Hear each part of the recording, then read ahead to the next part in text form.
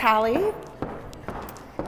So my name is Mary Figuers Stallings, and tonight I'm going to be talking to you about how addiction has become the foundation of our society. So first we can start with a little bit about me. I am a senior majoring in journalism and creative media. I'm from Richmond, Virginia, and I love storytelling. So in that vein, I will start by telling you all a bit of a personal story about a drug called Adderall. So as Hallie said in my introduction, I spent this past semester living in New York City, interning and also taking class. Because I was doing both things, I really wasn't getting a whole lot of sleep. And because of the nature of this work, I was taking my Adderall that I was prescribed pretty much every day. So one day, I took my Adderall, which was 5 milligrams in the afternoon, to work on a paper. So as the Adderall started to kick in, I started to focus, but rather than focusing on the paper that I was working on, I started focusing pretty intensely on my rapid heartbeat. I kept checking my pulse over and over and over, pretty obsessively, and got really freaked out. It didn't feel regular. It felt like it was just sort of beating out of my chest. So I went into the bathroom, I looked myself in the mirror, and I said, "Fig, you are having a heart attack." I'm 22, so I wasn't. I came back into my room with tears flooding down my face, and I told my roommates, "Take me to the hospital right now.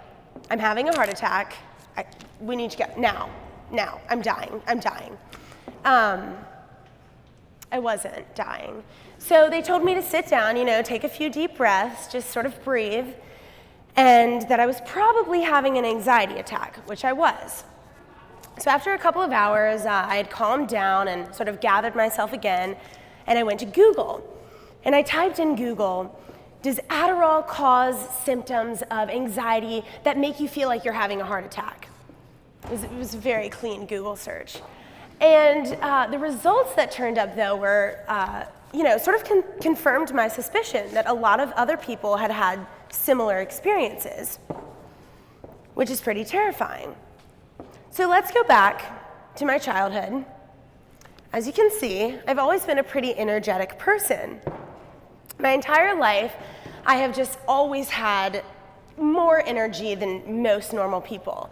My parents, actually, to deal with this as a child, had this thing where they would tell me to take a lap. If I was too energetic or I was misbehaving, they would say, "Take a lap," where I would go outside and quite literally run 3 laps around the perimeter of my house, just to rid myself of this extra energy. We also bought a trampoline, and I'm a little suspicious that it was because of this energy, but that's neither here nor there. I was really lucky, though. I went to an all-girls private school where I was able to get a lot of individual attention academically, so I was able to excel. I did well, I developed strategies for myself, and my parents really didn't want to medicate me for this. And I'm really glad that they didn't.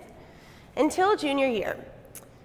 I took the ACT for the first time, and I got a score of 22. My mom freaked out. She decided that I wasn't going to be able to go to college, and I also thought that I was just going to be a huge failure in life. So we went to my doctor, who had known me for most of my life, and we finally decided that I should get on ADHD medication. So we tried Adderall, Ritalin, Vyvanse, different milligrams, different dosages, and we finally settled on 15 milligrams of Adderall per day. I took the ACT again, and I got a score of a 31, which those of you in the room who have taken the ACT probably know that's a pretty significant increase in score. And I really liked the way that the drug made me feel. I felt a lot more focused. I felt a lot more tuned in.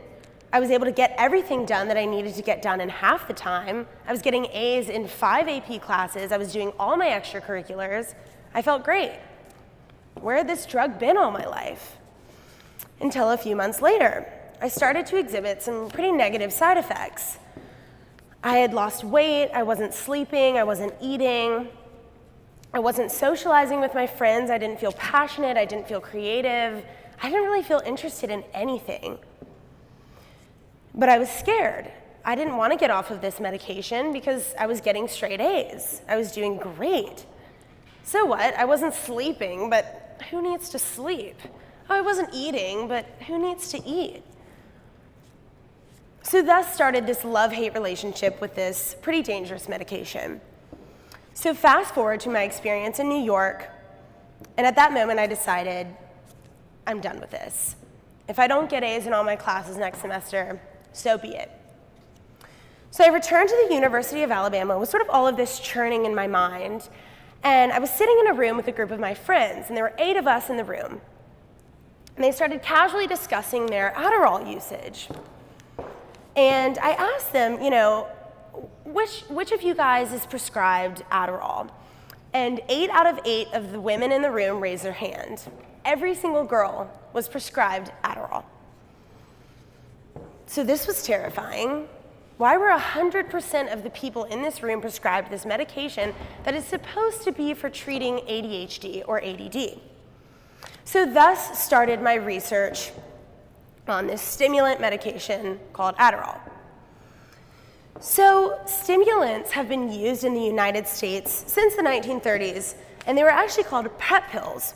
The United States government actually gave these PEP pills in the form of a drug called benzodrine to our soldiers in order to increase morale, energy, and other benefits. In the 1950s and 60s, women would actually take these stimulants in the form of a drug called Obitrol in order to control their weight. Just let that sink in. So move on to the 1990s. A pharmaceutical executive named George Riggs started looking at the numbers on Obitrol and decided that he could make more money off this drug if only he came out with a better advertising campaign. So that's what he did. He put advertisements in medical journals, he talked to physicians, he put them in magazines like Good Housekeeping that targeted parents, and told these parents through the use of celebrity endorsements and advertisements like ADHD, already done with my homework, Dad, to get their parents to put their child on this drug called Adderall, ADD for all. In 1996, the FDA approved this medication, and prescriptions increased from 1.5 million to 6 million in 3 years. I'm not sure if y'all think about that, but I'm pretty sure that 5 million individuals weren't magically diagnosed with ADHD in the span of 3 years. Since 2002, sales of Adderall have exceeded $8 billion. This is a $1 billion industry. And here you can see that in the form of a graph. So how is this affecting people our age? This drug has come to be known as the study drug. And students really are exchanging it like candy. You can go to GroupMe, social media, text your friends, and get an Adderall if you want to pull an all-nighter. According to a study from Elite Daily, college students are 30% more likely to use Adderall and other ADD medications without a prescription. So let's talk about how Adderall works and the side effects of it.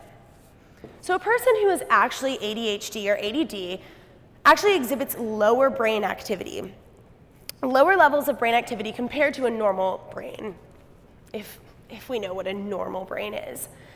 So I certainly don't have one, but that's a side note. So there's also no very specific way of diagnosing someone with ADD or ADHD. You can see a psychologist and you can take different tests that will basically see if you fall outside of a standard deviation on a bell curve. But for the most part, you can go into a doctor and say, I'm having trouble focusing. I need a prescription for Adderall, which is what a lot of people are doing. So let's talk about the side effects. Physically, when you take Adderall, it floods your brain with dopamine in order to increase brain activity and make tasks that would otherwise not produce enough motivation for you to complete the task. It makes those tasks less boring. But it comes at a cost: dry mouth, sweating, loss of appetite, diarrhea, irregular heartbeat, insomnia. There are others. There are also mental side effects: a lack of interest, a loss of creativity, a loss of passion, retreating from social interactions, anxiety, depression, and in extreme cases, episodes of psychosis. So these are pretty severe consequences. They're pretty severe side effects. But everyone's doing it, so why is it a big deal? I believe that this is a picture of GroupMe, where people are actually exchanging these medications. So why? Why have we allowed this drug to sweep our offices, our college campuses, our elementary schools? Most likely, and I would argue, it's a very American fear. It's a fear of underperforming in the office or falling behind the individual in the adjacent cubicle. For college students, it's the fear of achieving a below 4.0 average. For our children, it's the fear that they'll fall behind from the start or fail to begin life with a competitive edge.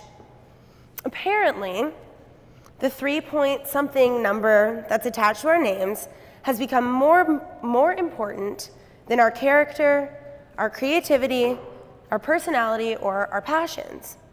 For Americans, and I believe, our identities have become synonymous with our productivity.